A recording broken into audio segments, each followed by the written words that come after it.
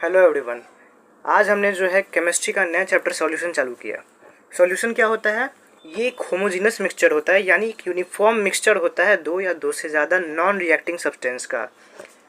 Solution का properties क्या होता है कि उसका जो कंपोनेंट होते हैं वो 1 नैनोमीटर से भी, यानी 10⁻⁹ मीटर से भी छोटे होते हैं। सॉल्यूशन है तो यानी एगो सॉल्वेंट होगा, एगो सॉल्यूट होगा। और सॉल्यूशन का जो स्टेट कैसे हम लोग पता करेंगे? उसके सॉल्वेंट से। अगर सॉल्वेंट जो है लिक्विड होगा तो सॉल्यूशन भी जो है लिक्विड होगा। अब मान लीजिए हमको जो है सॉल्यूशन में आइडेंटिफाई करना है कि सॉल्यूट कौन है और सॉल्वेंट कौन है। सॉल्यूट कौन है और सॉल्वेंट कौन है, तो देखिए पहले हम लोग देखेंगे, पहला क्राइटेरिया है अमाउंट का।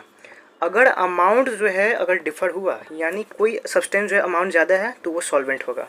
और मान लीजिए अमाउंट सेम है, तब हम लोग चेक करेंगे स्टेट से। अगर सॉल्यूशन का जो स्टेट होगा लिक्विड, तो कंपोनेंट अगर लिक्विड होगा तो वो कंपोनेंट ही जो है सॉल्वेंट होगा। अब हम लोग आते हैं मैथ्स में डिटर्मिनेंट चैप्टर पे, लेक्चर 2। आज हमने पढ़ा माइनर एलिमेंट। जैसे कि मान लीजिए एक डिटर्मिनेंट है 3 ऑर्डर का, ठीक, और हमको जो ये एलिमेंट का माइनर एलिमेंट निकालना है। तो यहाँ से क्रॉस बनवाइए, उसके बाद जो बच गया उसको छाप दीजिए। अब देखिए कोफैक्टर क्या होता है, उसका फॉर्मूला होता है -1 आई उसके power i plus J into minor element. एक एग्जांपल देखते हैं। जैसे कि ये डिटर्मिनेंट है, ठीक, हमको ये जो 2 एलिमेंट है हमको इसका माइनर एलिमेंट निकालना है।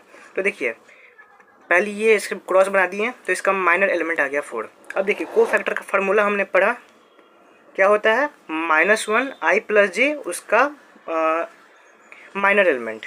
तो -1 हो गया। ये 2 है, इसका पोजीशन का जो पोजीशन है उसका क्या है 1 + 1 यानी 2। और माइनर एलिमेंट क्या हो गया, अभी हमने निकाला 4। देखिए आंसर 4 आ गया। अब देखिए एक और तरीका है डिटरमिनेंट का वैल्यू निकालने का। कोई भी रो या कोई भी कॉलम का जो है एलिमेंट लिखिए और उसका कोफैक्टर लिखिए, और कोफैक्टर और एलिमेंट को मल्टीप्लाई करके जोड़ दीजिए। वो जो जोड़ने पे जो सम आएगा वो हम लोग का जो है क्या होगा, डिटरमिनेंट का वैल्यू। और मान लीजिए हम लोग कोई एक रो लिए और कोई दूसरा रो का कोफैक्टर लिए, तब अगर हम लोग उसका सम करेंगे तो हमेशा ये गारंटी है कि वो 0 आएगा। और मान लीजिए हमको डिटरमिनेंट का वैल्यू निकालना है तो हमेशा वो रास्ता चुने जहाँ पे मैक्सिमम 0 हो, क्योंकि हम लोग को कैलकुलेशन में आसानी पड़ेगा। एक और चीज़ है, जैसे कि मान लीजिए ये डिटरमिनेंट दिया हुआ है और इस सब का कोफैक्टर हम निकाल के यहाँ लिख दिया। अब बोला कि इसका वैल्यू निकालना है, तो याद रखिएगा इसका फॉर्मूला होता है ये, कुछ नहीं करना है, जो पहले वाला का वैल्यू आया उसके ऑर्डर में से एक घटा के उसके पावर चढ़ा देना है।